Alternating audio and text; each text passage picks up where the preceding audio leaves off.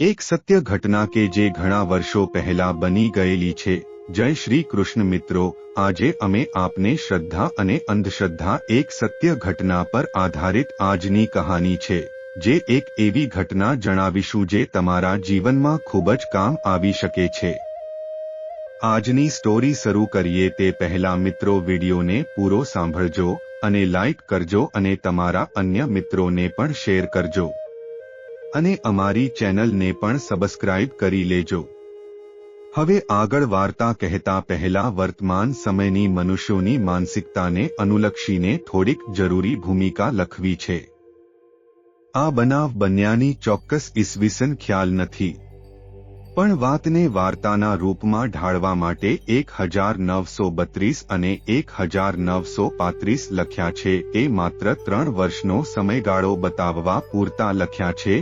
એવી જ રીતે સંવાદોમાં પણ શણગાર કરવા દિલ્હી જેવા નગરનો સમાવેશ માત્ર મુખીની ઊંચી પહોંચ દેખાડવા જ કર્યો છે। આ સમયમાં એ બનાવને કોઈ વધુ ભણેલા કે કોઈ વધુ પડતા બુદ્ધિશાળી માણસો માનવા તૈયાર કદાચ ન પણ થાય। મેં પણ આ ઘટના ઘણાના મોઢે સાંભળી છે, જોઈ નથી, છતાં મને જગતજનની જગદંબા આદ્યશક્તિનો અહેસાસ છે। હું અંધશ્રદ્ધાળુ નથી, એમ અશ્રદ્ધાળુ પણ નથી। શ્રદ્ધા જેવું બીજું કોઈ બળ નથી એ હું માનું છું। ઈશ્વર છે એનો પ્રત્યક્ષ પુરાવો જેમ કોઈ ન આપી શકે એમ જ આ ઘટના સાચી છે। એનો પુરાવો હું ન આપી શકું, પણ કિંવદંત લોકવાયકાઓને નકારી ન શકાય, કેમ કે ન માની શકાય એવા ઘણા પ્રસંગો મેં મારી વિજ્ઞાનને માનતી નજરે જોયા છે, લૌકિક માન્યતાઓ સાથે અનુભવ્યા છે। રતનપુર ગામની આથમી ગયેલી પેઢીના મુખે સાંભળેલી સત્ય વાત અહીં વાર્તા રૂપે રજૂ કરું છું। આ વાર્તાના મુખ્ય નાયક એટલે બેચર મિસ્ત્રીનું એક નામ સાચું લખું છું અને અન્ય પાત્રોના નામ બદલીને લખું છું। બદલેલા નામ કોઈના નામને મળતા આવે તો માથે ન ઓઢવા। મારી આ સત્ય ઘટના પર લખેલી વાર્તાના કોઈ પાત્ર અત્યારે હયાત નથી। હું ભૂલતો ન હોઉં તો પંડ્યા પરિવારના કુળદેવી બહુચરમાં છે। હવે વાર્તામાં આગળ। માં બહુચરનો મઢ એટલે આખા રત્નપુર ગામની શ્રદ્ધાનો સરવાળો। જ્યારે અહીં માં બહુચરાજીની પ્રાણ પ્રતિષ્ઠા થઈ ત્યારે કંકુ પગલીઓ પડી હતી એવી લોકવાયકા છે। એટલું જ નહીં, નવરાત્રિના 9 દિવસ ચોકમાં દીપમાળાવાળી નાનકડી ગરબીની સ્થાપના થાય, પછી મઢ કોર્યથી એક કાળી દેવ ચકલી ઉડતી આવીને ગરબી ઉપર પડબે પડ બેસીને ઉડી જાય। કેડે ત્યાં ચોકમાં ભક્ત પ્રહલાદ, રાનવઘણ, વીર અભિમન્યુ જેવા ખેલ ભજવાતા।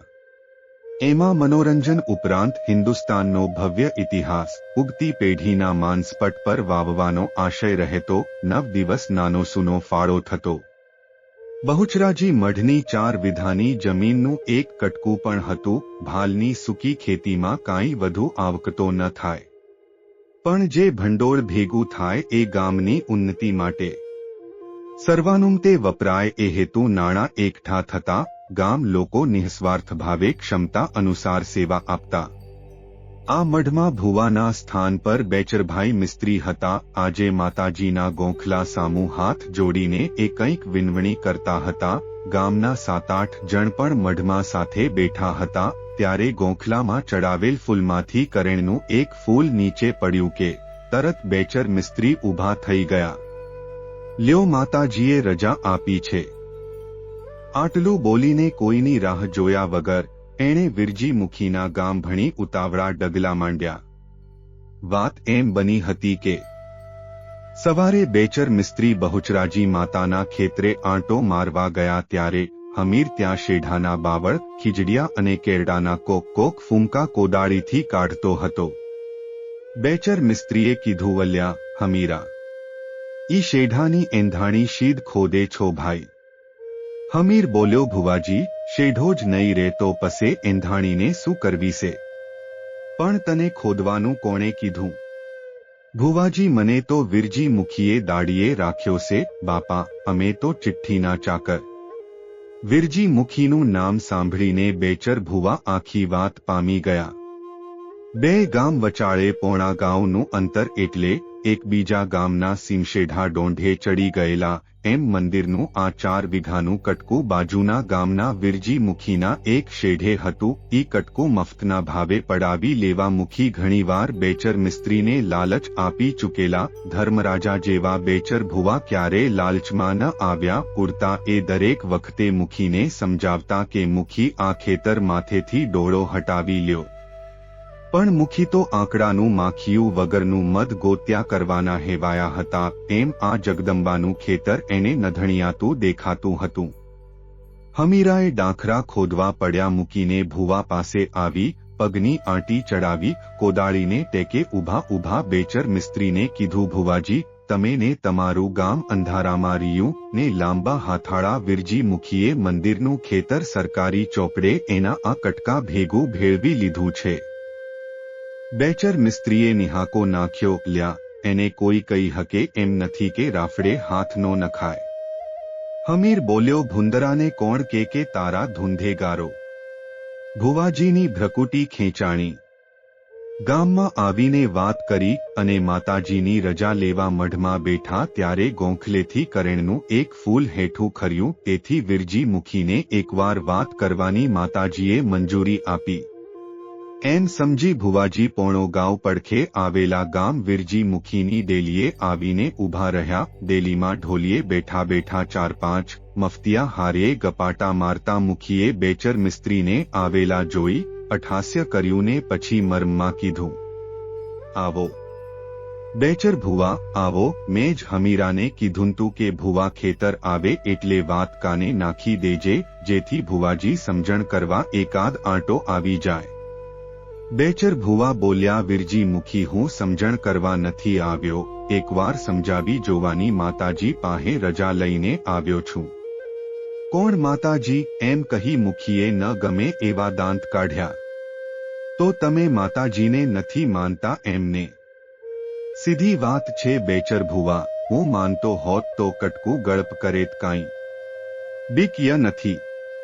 માનતા હોય એને બીક હોય ભુવા, ને હું તો તમને કહું છું, ફિયા બોલો ફિયા, તમારી પ્રજાને કામ લાગશે. આમ કહી મુખીએ અંગૂઠો અને પહેલી આંગળી 2-4 વાર ઘસીને રૂપિયાનો ઈશારો કર્યો. વિરજી મુખી, મારે વારસામાં એક દીકરી છે ને એ સાસરે સુખી છે, ને દીકરો હોત તોય આવા અણહક્કના રૂપિયા લઉં ને દીકરાને અધર્મ શીખવાડું એવો નપાવટ હું નથી. ત્યાં બેઠેલા મફતિયાને મુખીએ કીધું, જોયો ને હરિચંદરનો અવતાર. ને ઈ મફતિયાઓ સાથે મુખીએ પણ અહંકાર ભર્યા દાંત કાઢ્યા. બેચર ભુવા નમ્રતાથી બોલ્યા, વિરજી મુખી, વાડ્ય ચીભડા ગળે કાંઈ. માતાજીનું ખેતર માતાજીને આપી દયો એમાં ભલાઈ છે. ડારો કરતા પેલા વચાર કરજો ભુવા. દિલ્હીની દોઢીએ આ મુખીના ટેરવા અડેસે ઈ નહીં ભૂલતા. મુખીએ મુહેતા દીધી. મુશું તો ઉંદડાને મોઢે હોય છે મુખી. મોઢું સંભાળીને બોલજો ભુવા, નકર માન નહીં રે. માન તો લોકોના મનમાં હોવું જોઈ મુખી. પદ અને પૈસાને તો બધા ઉપર્ય માન આપે. એમ કહી બેચર ભુવાએ બધા મફતિયા સામું જોયું. 100 વાતની એક વાત ભુવા, કટકું ભૂલી જાજો. 1થી લાખે કટકું પાછું નહીં મળે. જાવ, કોર્ટમાં જઈને મારા કાંડે કડિયું ભીડાવી દેજો. તમારું હાલે તો. કડિયુંની કોરટ નાની છે મુખી, પણ કંકુ પગલા વાળીની કોરટ બહુ મોટી છે હો. સાંભળીને મુખીએ હવે ગરમાટો પકડ્યો. શું કરી લેશે મોટી કોરટ? જટ વાહો બતાડો ભુવા, નકર નો થાવાની થાહે. હવે બેચર મિસ્ત્રીની આંખ્યું લાલ થઈ. અત્યાર સુધી વિનંતી કરતા હતા એ ભુવાના નેણ ખેંચાણા, નસકોરા ફૂલવા મંડ્યા, આંખોમાંથી ક્રોધાશ્રુઓ વહ્યા અને શ્વાસની ધમણનો અવાજ શેષનાગના ફૂંફાડા જેમ સંભળાવા માંડ્યો. બેચર મિસ્ત્રીનું આવું રૌદ્ર સ્વરૂપ જોઈ રહેલા મુખી અને મફતિયાઓની જીભ તાળવે ચોંટી ગઈ. બેચર મિસ્ત્રીએ દાંત ભીંસ્યા. વિરજી મુખી, હવે સાંભળી લે. મારી બધી ભક્તિ ભલે બળીને સમ થઈ જાય. મારી હવે જાવાની વેળા થઈ છે. પણ જે તથ્યમાં મારું મોત થાય એ તથ્ય તારી ડાયરીમાં લખી લેજે. મારા મોતના 3 વરહ પૂરા થાય તેદી જ હું તને નાગ થઈને દંશનો મારું તો બેચર મિસ્ત્રી નહીં. ભુવાજી આંખા ડોલતા હતા, ક્રોધમાં ધ્રુજતા હતા, અંગારા જેવી આંખોથી ઘડીક મુખી સામું જોઈને ઝડપભેર ત્યાંથી ચાલતા થયા. પણ સાતમે ડગલે ઊભા રહ્યા અને એ જ તીખારા જેવી નજરે પાછું વળીને જોયું. મુખી સામું આંગળી ચીંધીને બોલ્યા, વિરજી મુખી, તું પોતે એટલો ઝેરીલો છો કે એક વાર દંશે તું નહીં મર્યા, તેદી બે દંશ લાગે તો માનજે કે આ સાપોલિયું નહીં પણ બેચર મિસ્ત્રી છે. થોડાક જ દિવસોમાં બેચર મિસ્ત્રીએ દુનિયામાંથી વિદાય લીધી. વિરજી મુખીની ડેલીએ આવીને હમીરાએ સમાચાર આપ્યા. મુખી બાપા, ઓલ્યા બેચર ભુવા તો ગયા ધામમાં. હમીરા જા તો ઓસરીમાંથી આજનું તારીખિયાનું પાનું ફાડીને લેતો આવ્યો જોઉં. હમીરો તારીખિયાનું પાનું ફાડીને લાવ્યો. એમાંથી જોઈને વિરજી મુખીએ પોતાની લાલ પૂંઠાવાળી ખિસ્સા ડાયરીમાં તિથિ લખી અને ઈટ્સ 1/9/3 લખ્યું. પછી ઈ તારીખિયાનું પાનું ત્યાં ડાયરીમાં નિશાની રૂપે મૂકી દીધું. બહુચર વાળું કટકું હવે વિરજી મુખીએ શેઢો ખેડીને પોતાના ભેગું ભેળવી દીધું હતું. વખત જાતા શું વાર લાગે. બધા હવે બેચર ભુવાને અને બહુચર વાળા ખેતરને ભૂલી ગયા. એકવાર વિરજી મુખી મેડી ઉપર પાટીવાળા ઉખરાટે ખાટલે સૂતા હતા ને વાહામાં કંઈક વાગ્યું. મુખી બેઠા થઈને પાટીમાં હાથ ફેરવવા ગયા ત્યાં પાટી વચાળેથી નાગ નીકળ્યો અને હાથે બીજો દંશ દીધો ને નાગે તો ખાટલા ઉપર ગુંડલું વાળ્યું. કાથરોટ જેવડી ફેણ માંડી ત્યારે વિરજી મુખીના મોઢામાંથી ચીસ નીકળી ગઈ. એ મને તેરું આભળ્યો. મુખી લાકડાનો દાદર ઉતરી ગયા. દેકારો સાંભળીને પાડોશી પણ આવી ગયા. મેડી ઉપર ચડીને મોભિયા ઉખેડી. ઉપરથી ઊનું ફળફતું પાણી રેડીને પાટીના ખાટલામાં જાણે ધ્યાનસ્થ મુદ્રામાં બેઠેલા નાગને મારી નાખ્યો. વિરજી મુખીની આંખ્યું ઘેરાવા માંડી. છોકરાઓએ મુખીને કડ ઉતરાવવાને કાંતો મોટે દવાખાને લઈ જવા માટે ગાડું જોડ્યું ને માલિપા ગાદલું પાથર્યું. ત્યારે મુખીએ લોચા વળતી જીભે છોકરાને કીધું, મેડી ઉપરના કબાટમાંથી મારી લાલ પૂંઠાવાળી નાની ડાયરી લઈ આવ્ય જો. છોકરો સડસડાટ મેડી ઉપરથી એ ડાયરી લઈ આવ્યો.